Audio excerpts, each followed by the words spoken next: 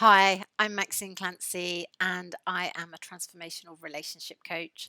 I'm the founder of the Divorce Detox and Get Divorce Fit online coaching programs for men and women who want to navigate divorce in a healthy, loving, compassionate way for themselves and hopefully for others. So, just a very quick, oh, my phone's going. So, just a very quick talk with you today. Um, there are two common areas that most of my clients have problems with. The first is emotional triggers. So, in other words, feeling intense emotions around their breakup, around their partner, the previous partner, and how to navigate those problems. And secondly, getting caught up in their divorce story and they end up being stuck. So I'm going to try and touch on both of those if I've got time. So the first one, which I think is probably the one that most people have problems navigating, is the emotional intensity so that they feel around the breakup. We are not used to processing or being with difficult intense emotions such as anger, frustration, jealousy, rage, loneliness, sadness, and that feeling of fear that comes from the uncertainty of our future. So my top tips for that would be to recognize that emotions are energy that we have labeled. So, emotions are sensations in the body that, when we allow ourselves to feel them, they will move through us.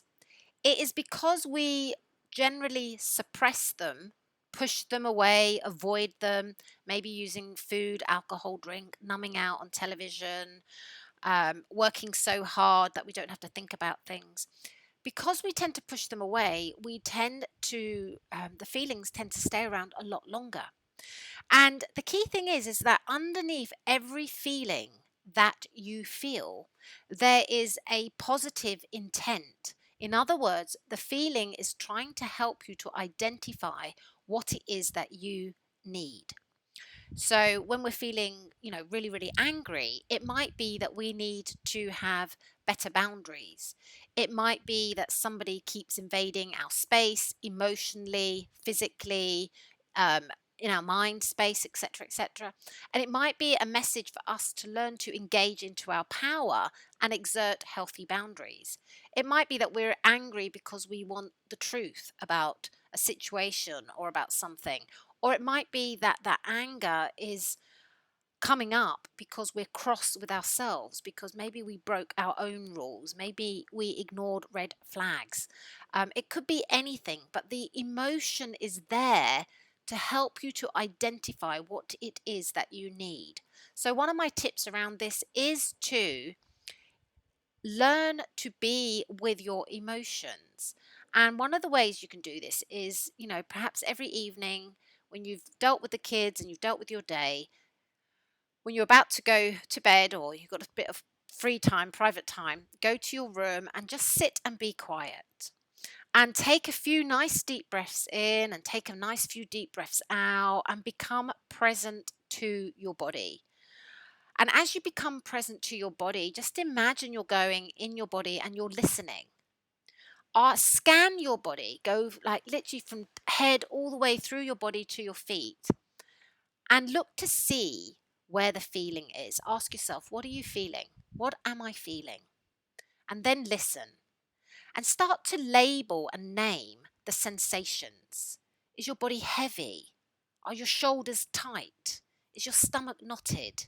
Do you have a tension in your headache, in your head, in between your eyes? Maybe you've got an achy shoulder on one side, and start to name it. And I suggest to my clients they just name it out loud. I'm feeling tense in my shoulders. And every time you say, a word or a sentence or a phrase, just take a nice deep breath in and release. Start to describe it. Start to name and see if you can be specific. Maybe it's frustration. Maybe it's agitation. Maybe it's, sadness or loneliness.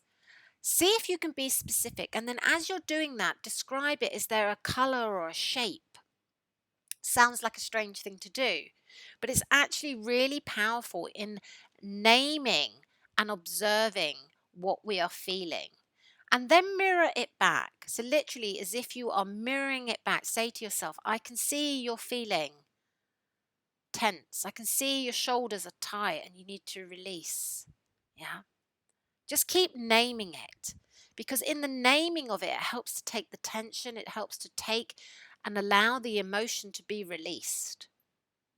And then once you've really fully named it, you can actually get a sense, well, what age is this part of me? And maybe you'll get a sense of what age that part of you is, but that's not the most important thing at this moment. What you want to do is you want to then ask yourself is, what do I need? What is it you need, sweetheart? And when you ask that question, just wait and listen. And then say to yourself, I can see that you need. And what we're doing in this process, and if in that moment you don't know what you need, that is also okay. We just want to be in the process of acknowledging our feelings, of connecting to our feelings, acknowledging them, witnessing them, and mirroring them back to us. And then asking ourselves, what is it you need? Because these emotions that you're feeling, they want you to connect with them. And they want you to identify what you need. Okay, they are there to help you find that positive impulse for your needs to be met.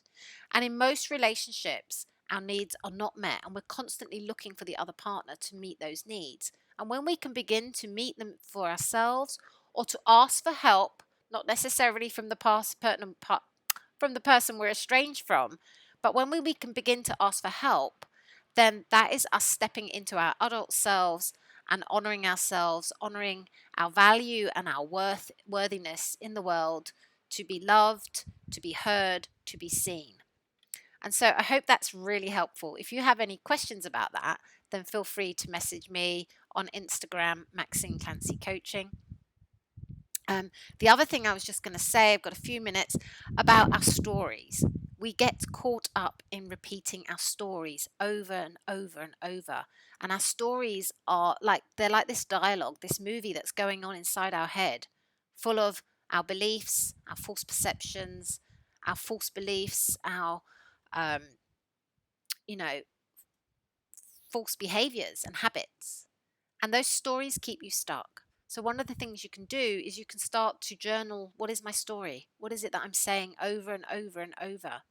And as you begin to journal on that, and you just don't try to analyze it, but just observe it and look at it and try to break free from your story and create a little bit of space between you and the story that's going on inside your head. If you do that for 10 days, you'll start to notice some patterns. You'll start to notice that our story is quite monotonous and a little bit repetitive. And you'll recognize that that story is your ego and it's keeping you stuck. And so if you have any questions about this video, please do contact me. I'd be more than happy to help you. You can always jump on a complimentary call with me to see how I can serve you in moving forward with your life, and so that you can create happy, gorgeous, loving relationships with yourself and others in the future. Thank you for listening. Take care.